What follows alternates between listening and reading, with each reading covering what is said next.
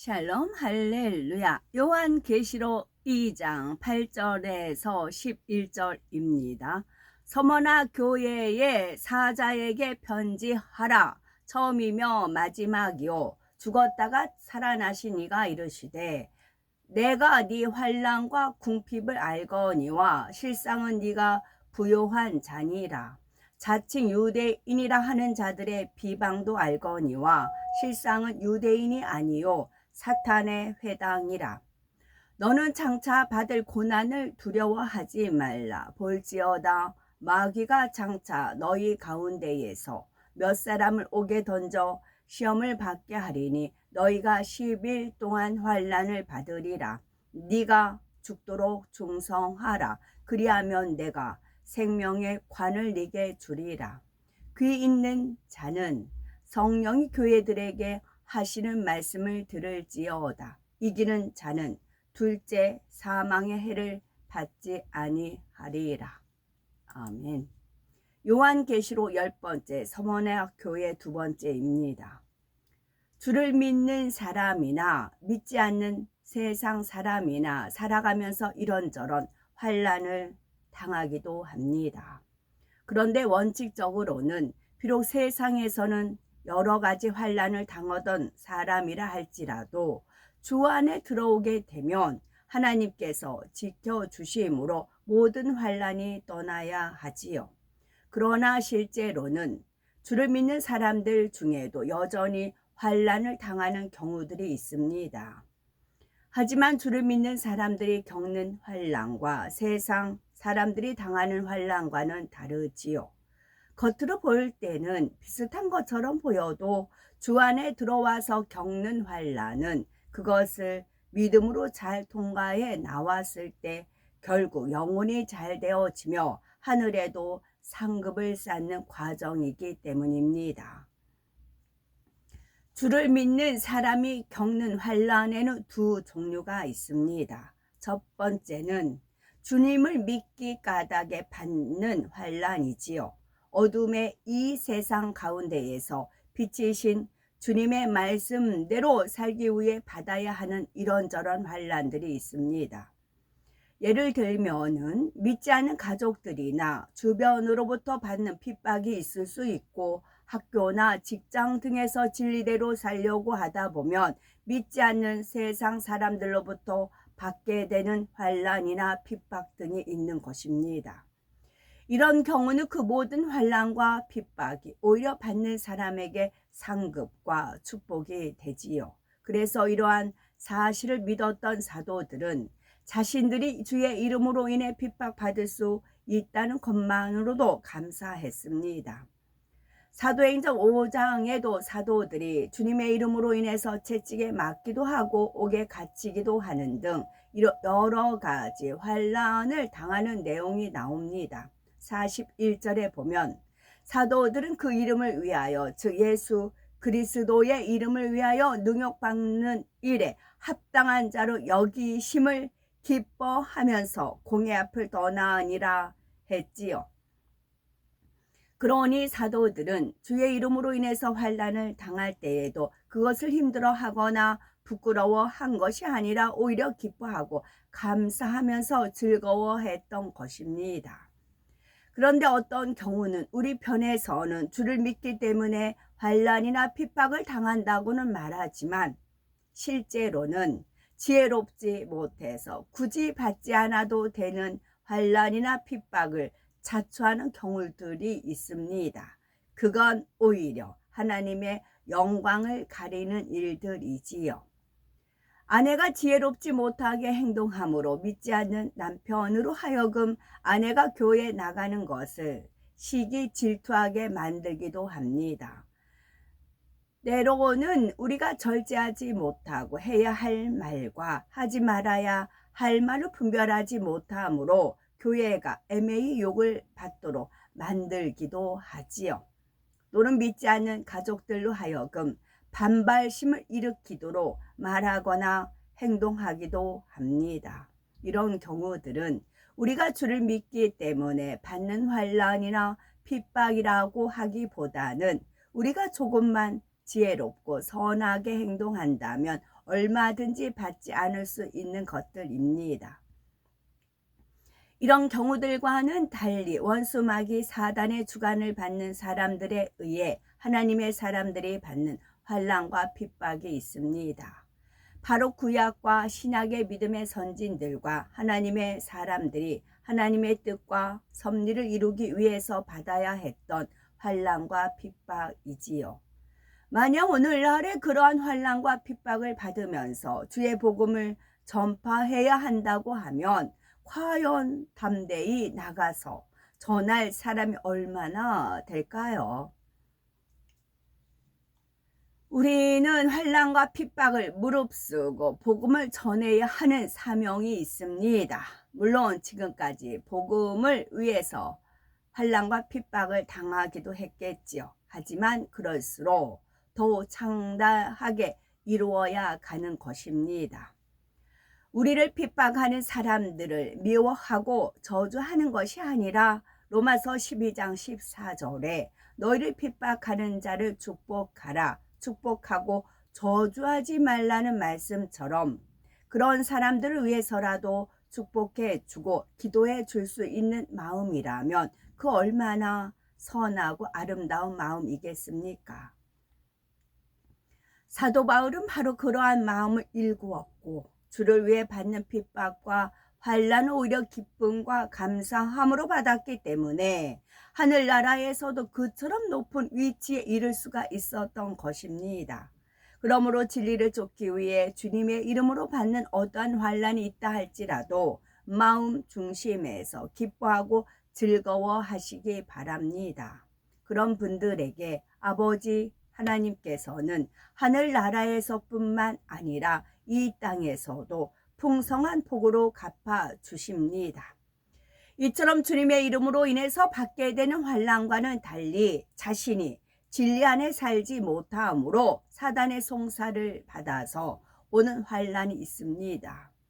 물론 주님을 믿기 전에도 세상에 살면서 원수마귀 사단으로부터 많은 시험과 환난을 당하지요. 그러나 그때는 왜 자신에게 그러한 시험, 환난이 왔는지도 모른 채 원수마귀 밥이 되면서 살았습니다. 하지만 주님을 영접하고 하나님의 자녀가 된 후에 주 안에서 겪게 되는 시험, 환난은 세상에서 당하던 시험, 환난과는 다르지요. 그렇다면 어떻게 다른 것일까요? 우리가 예수를 구세주로 영접하고 하나님의 자녀가 되면 빌립보서 3장 20절에서 말씀한 대로 우리는 하늘나라의 시민권을 가진 천국 백성이 됩니다. 그리고 이때부터는 하늘나라의 시민권을 가진 자로서 하나님 나라의 법에 따라야 하지요. 그런데 만약 이 법에서 어긋나게 되면 그때는 원수 마귀가 송사를 하게 됩니다. 원수 마귀의 입장에서는 세상의 죄악 가운데서 마귀의 자녀였던 사람이 주님을 영접하고 하나님의 자녀가 되므로 자기 자녀를 빼앗겼기 때문에 어떻게든 다시 찾기 위해서 혈안이 되어 있습니다. 어떻게든 송사거리만 있으면 그것을 가지고 송사하여 시험 환난을 가져다 주므로 어려움을 겪게 하고 고통을 당하게 만드는 것입니다. 이렇게 시험 환난을 겪는 사람 중에 혹 가다가 어떤 사람은 자신의 잘못 때문에 시험 환난을 당하면서도 이를 오해하여서 하나님께서 시험을 주시는 것으로 생각하는 사람들이 있습니다. 그러나 결코 이러한 오해는 있어서는 안 됩니다. 우리 하나님께서는 누구를 시험하시는 분이 아니시지요. 야고보서 1장 13절에 사람이 시험을 받을 때에 내가 하나님께 시험을 받는다 하지 말지니 하나님은 악에게 시험을 받지도 아니하시고 친히 아무도 시험하지 아니하시니라는 말씀처럼 하나님께서는 우리에게 시험, 환난을 주시는 분이 아니십니다.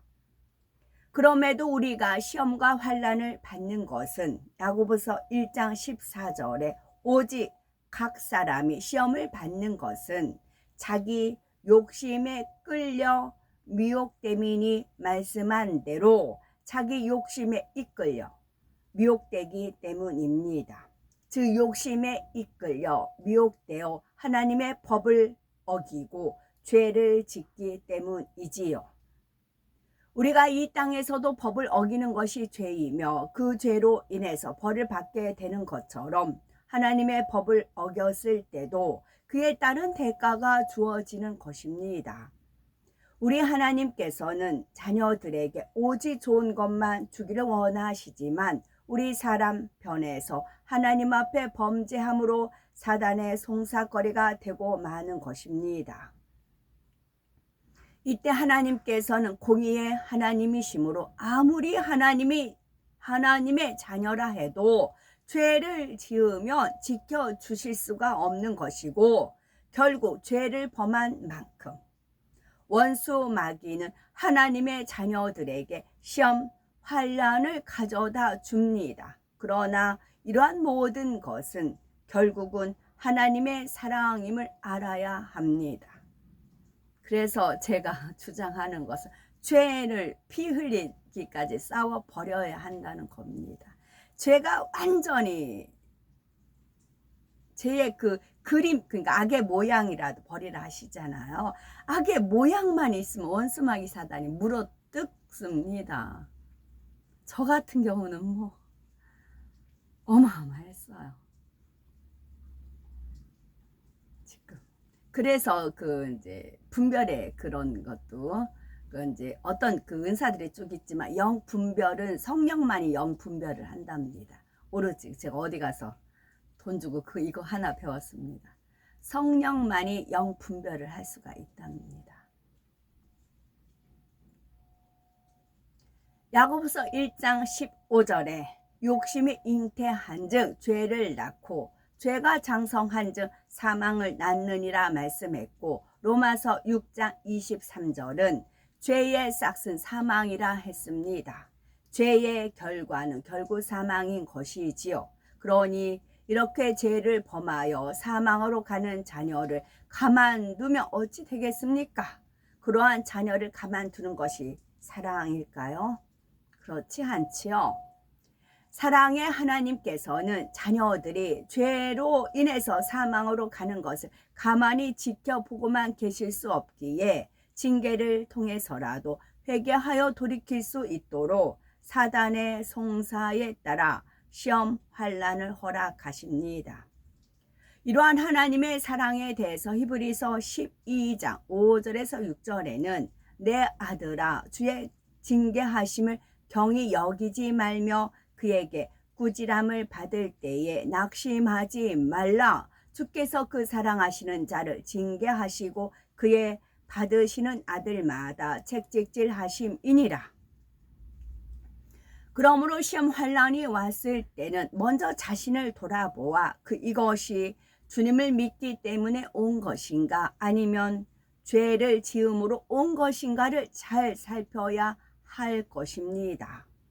그래서 자신의 잘못으로 인해서 온 것이라면 신속히 잘못된 것을 찾아서 회개하고 돌이킴으로 주님의 축복 안에 다시 들어올 수 있어야 합니다. 하나님의 말씀은 절대적이기 때문에 우리가 진리인 하나님의 법 안에만 산다면 결코 악한 자들이 만지지 못합니다. 모든 시험 환난도 물러가고 오히려 만사 형통의 축복이 임하게 되지요. 따라서 시험 환난이 찾아온다면 오히려 그것을 통해 내 자신을 발견하여 변화시킬 수 있고 더 나아가 축복까지 받을 수 있는 기회이니 항상 기뻐하고 감사할 수가 있는 것입니다. 9절에 주님께서는 환난만 아신다고 한 것이 아니라 네 궁핍을 안다고 하셨는데 그러면 궁핍은 왜 오는 것일까요? 우리가 하나님을 믿고 주 안에 들어오게 되면 날마다 영혼이 잘됨 같이 범사가 잘되고 강건해야 하므로 물질의 축복 또한 받아야 합니다. 오히려 반대로 주 안에 들어와서 물질의 궁핍함을 당하는 경우가 있지요. 주님을 믿지 않을 때보다 더 열심히 일하고 성실히 일함에도 불구하고 직장에서 핍박을 받기도 하고 부당한 대우를 받는 경우도 있습니다. 또는 주의를 온전히 지킬 수 없는 상황에서 주의를 지키기 위해서 직장을 그만두거나 직장을 옮겨야 하는 경우들이 있지요. 이로 인해서 오게 되는 물질의 궁핍함이 있을 수 있다는 말입니다. 그러나 이러한 궁핍함은 잠깐일 뿐, 주님을 믿음으로 인해서 겪게 되는 궁핍함을 주님께서 어찌 오래 두시겠습니까? 직장에서 상대가 아무리 나를 핍박해도 내 편에서 더욱 선으로 빛으로 대해 나간다면 결국 상대도 그 앞에 고개를 숙이게 됩니다. 아무리 나를 핍박해도 내 편에서 더욱 선으로 빛으로 대해 나간다면 내가 하나님 앞에 합하면 됩니다. 내가 하나님 앞에 합하면 됩니다. 상대가 이러고 저러고 어쩌고 하든 간에 내가 하나님 앞에 합하면 되는 겁니다. 더욱 선으로 빛으로 대해 나간다면 결국 상대도 그 앞에 고개를 숙이게 되지요. 직장 생활을 하시는 분들에는 이런 경험을 해보신 분들이 많을 겁니다. 그래서 결국에는 주님께서 주시는 축복으로 인해 궁핍이 아닌 넘치는 축복으로 되돌아오는 것이지요. 그런데 이러한 이유에서의 궁핍이 아닌 스스로 원하는 궁핍함도 있을 수 있습니다. 성도님들 중에는 충분히 누릴 수 있고 즐길 수 있음에도 불구하고 하나님을 너무 사랑하고 하나님의 성전을 사랑하다 보니 자신을 위해 쓸 것을 거의 쓰지 않고 모아서 최선을 다해 하나님 앞에 드리는 분들이 많이 계십니다. 그러니 이러한 경우는 주님을 사랑하기 때문에 스스로가 감사함으로 궁핍함에 처하는 것이지요. 우리 하나님께서는 어떠한 분이십니까? 이처럼 하나님을 사랑하고 교회를 사랑하는 분들을 가만히 두시지 않습니다. 물론 하늘나라에는 비교할 수 없을 만큼 큰 상급으로 쌓이고 있지만 이 땅에서도 필요를 따라 공급해 주시고 영혼이 잘되는 축복을 주심으로 범사에 잘되고 강건한 축복으로 갚아 주십니다. 그러니 이런 사람에게 주님께서는 실상은 네가 부요한 자니라 말씀하시죠. 고린도 후서 8장 9절에 보면 우리 주 예수 그리스도의 은혜를 너희가 알거니와 부요하신 자로서 너희를 위하여 가난하게 되심은 그의 가난함을 인하여 너희로 부요케 하려 하심이니라 라고 말씀하십니다. 예수님께서는 창조주 하나님의 아들로서 가장 부요하신 분임에도 불구하고 마구간에 태어나 짐승의 구유에 누이셨으며 이 땅에 사시는 동안 때로는 굶주리시고 잠자리도 없이 광야에서 주무시는 등 우리의 가난을 계속해 주심으로 우리를 모든 가난의 저주에서 해방시켜 주셨지요. 그러므로 주님을 믿는 우리는 결코 가난할 수가 없는 것이며 오히려 부요함으로 하나님께 영광을 돌려야 합니다.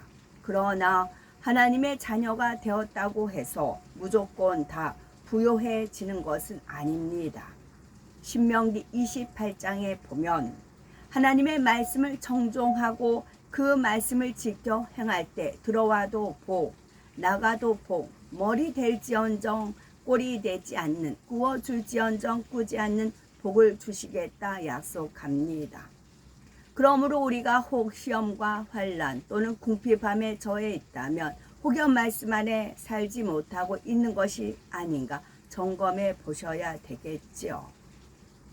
특히 하나님께서 미워하시는 죄를 행하여 하나님과의 사이에 죄의 담이 있다면 그것을 허물지 않는 이상은 우리가 아무리 노력해도 형통할 수가 없습니다.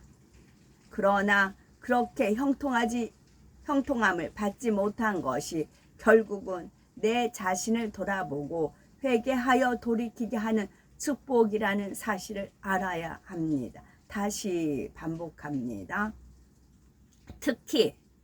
특히예요. 특히 하나님께서 미워하시는 죄를 행하여, 특히 우상숭배, 하나님보다 더 사랑하는 거. 하나님보다 더 사랑하는 거. 저 같은 경우는 그랬습니다. 하나님보다 더 사랑하는 거. 특히 하나님께서 미워하시는 죄를 행하여 하나님과의 사이에 죄의 담이 있다면 그것을 허물지 않는 이상은 우리가 아무리 노력해도 형통할 수가 없습니다. 그러나 그렇게 형통함을 받지 못하는 것이 결국은 내 자신을 돌아보고 회개하여 돌이키게 하는 축복이라는 사실을 알아야 합니다. 특히 질서. 원수마귀 사단 루시퍼가 깬 게 질서를 깼어요. 그러니까 그 천사 자기 처수에서 떠났다 그런 표현이 있잖아요. 질서를 깼어요. 하나님이 정하신 룰 질서가 있습니다. 남편은 머리, 여자는 돕는 배필.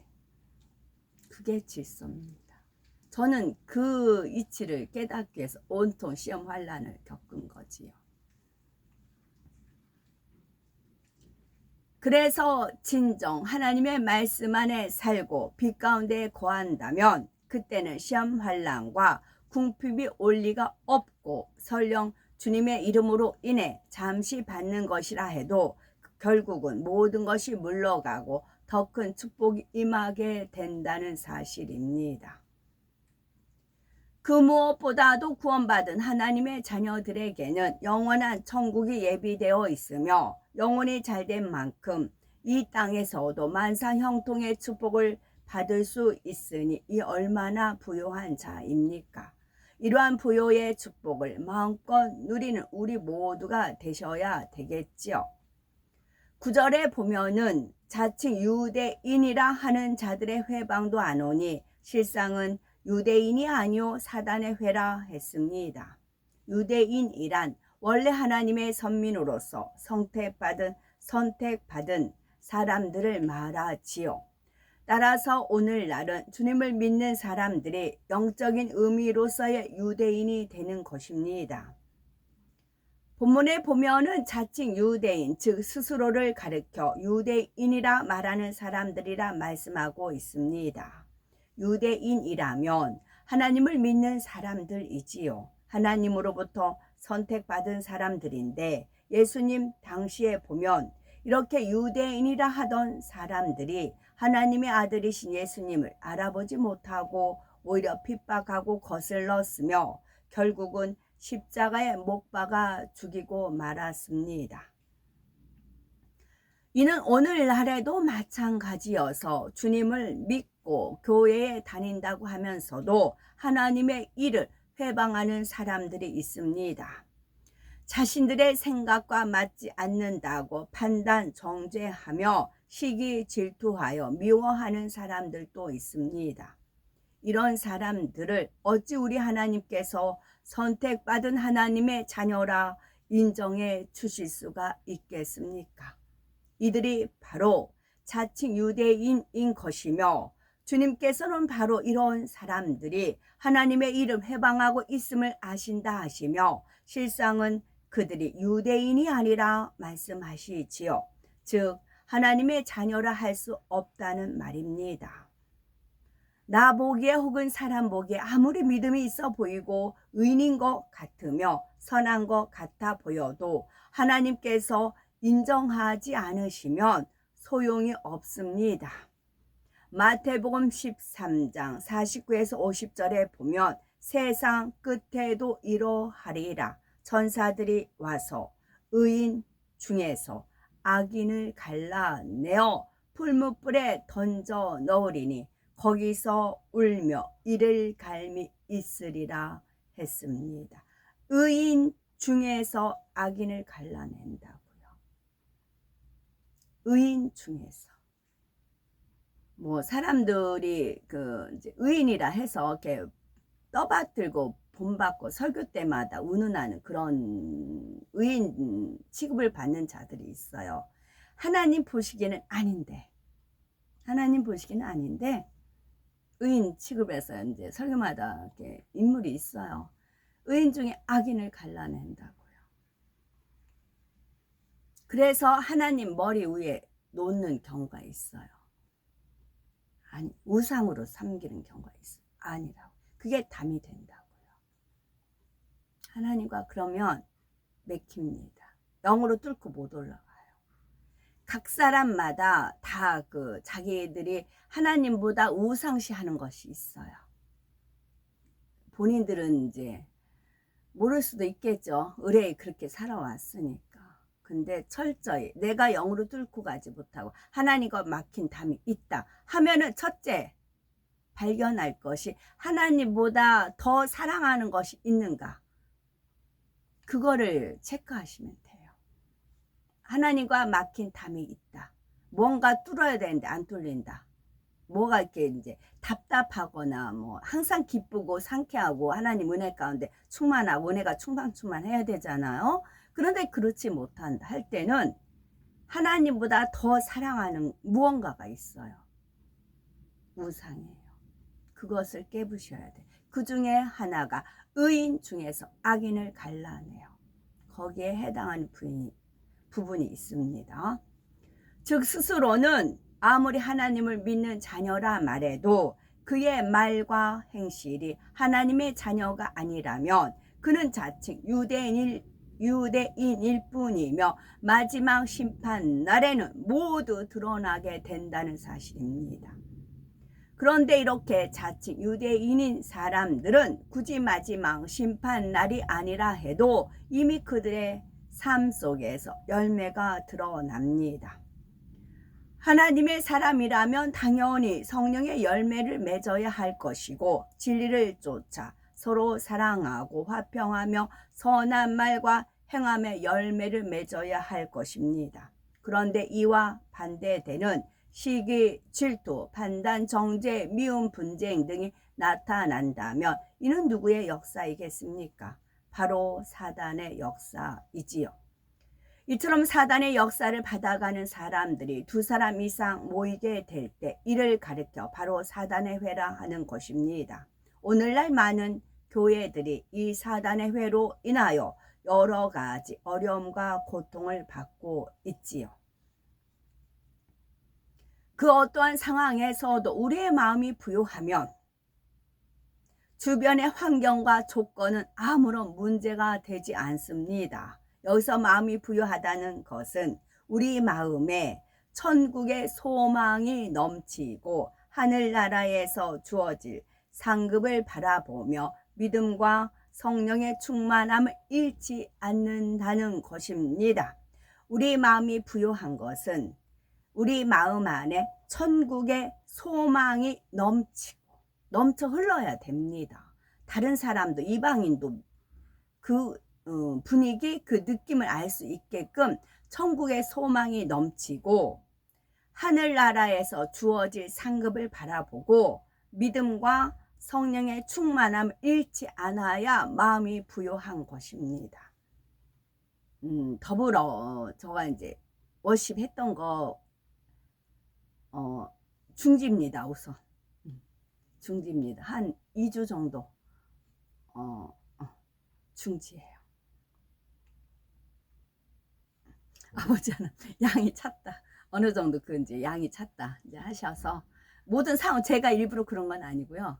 상황이, 주변 상황이 그렇게 만들어져 갔어요. 거기에 순응합니다. 이제 또 이제 열어주시겠죠. 저는 이제 이것은 하나의 그림자이고 제가 천국에서 어떻게 할 것인가 그거를 저는 마음에 비전이 그려져 있었어요. 그건 이제 25년 전에 주신 바입니다. 그런 것을 이제 제가 말로만 하면 뭐예요. 그래서 이제 그를 이제 표현을 했고 마침 사진을 찍은 분이 있어서 그 귀한 진짜 그 천 대표님 덕분에 그분이 이제 찍어 주셔서 그렇게 올린 바가 됐어요. 근데 그때 최선을 다했기 때문에 후회가 없어요. 최선을 다했기 때문에. 그래서 감사한 겁니다. 최선을 다했기 때문에, 제가 주어진 환경에 최선을 다했기 때문에 내가 일부러 스톱한 게 아니라 주변 상황을 아버지 하나님께서 그렇게 이끌어 가신 거죠. 다 각자 마음을 주관하신 겁니다. 마음을 주관하셔서 일단 잠시 스톱이라 안 올립니다. 그리고 다른 일에 지금 현재 최선을 다해서 이제 집중하고, 그것이 끝나면 또 하나님께서 뭐를 또 열어주시겠지요. 우리 삶이 그렇습니다. 내가 주어진 일에 최선을 다하면 하나님께서 지경을 넓혀 주시죠. 하나님 손에 맡기면 하나님께서 이끌어 주시는 것입니다. 마태복음 5장 3절에 심령이 가난한 자가 나오는데, 여기서 심령이 가난한 자와 반대되는 의미의 심령이 부요한 자란 세상의 욕심과 자기 정욕, 자존심 등으로 마음에 가득 찬 사람을 뜻하는 것입니다. 지금 말씀드리는 마음의 부요함이란 그러한 의미에서가 아니라 천국의 소망과 믿음, 사랑 등 영적인 것으로 그 마음이 부요한 것을 의미하지요. 이에 이런 사람에 대해서 고린도후서 6장 10절에 보면, 근심하는 자 같으나 항상 기뻐하고 가난한 자 같으나 많은 사람을 부요하게 하고 아무것도 없는 자 같으나 모든 것을 가진 자로다 말씀하고 있습니다. 그래서 이렇게 마음이 부요한 사람에게는 이 땅에서의 핍박과 환난도 궁핍도 그 어떤 것도 결코 그를 약하게 만들 수가 없습니다. 그리고 이제 열심히 빵을 만들어서 이제 맛있든 맛없든 진짜 그것도 일단 스톱이요. 일단 스톱. 그러시더라고요. 언제 스톱하실지 모르니까 있는 상황에서 최선을 다해야 되더라는 것이죠. 아버지 은혜입니다. 우리의 마음도 아버지 하나님께서 주시는 영적인 것들로 부요해 보시기 바랍니다. 지금 현실에 어떤 어려움과 고난이 있다 해도 그것이 우리가 가는 길에 있어서 아무런 장애물이 될 수가 없습니다. 그러므로 겁만 번듯하되 속이 없는 쭉정이가 되어서는 결코 안 됩니다. 겁만 번듯하되 속이 없는 쭉정이가 되어서는 결코 안 됩니다. 우리의 마음속이 영적인 열매로 꽉 차서 주님으로부터 실상은 네가 부요한 자니라 하시는 이러한 칭찬을 받으시기 바라며, 우리의 마음의 부요함이 겉으로 드러나는 모습 속에서도 아름답고 풍성한 열매들로 나오셔야 되겠습니다. 아멘.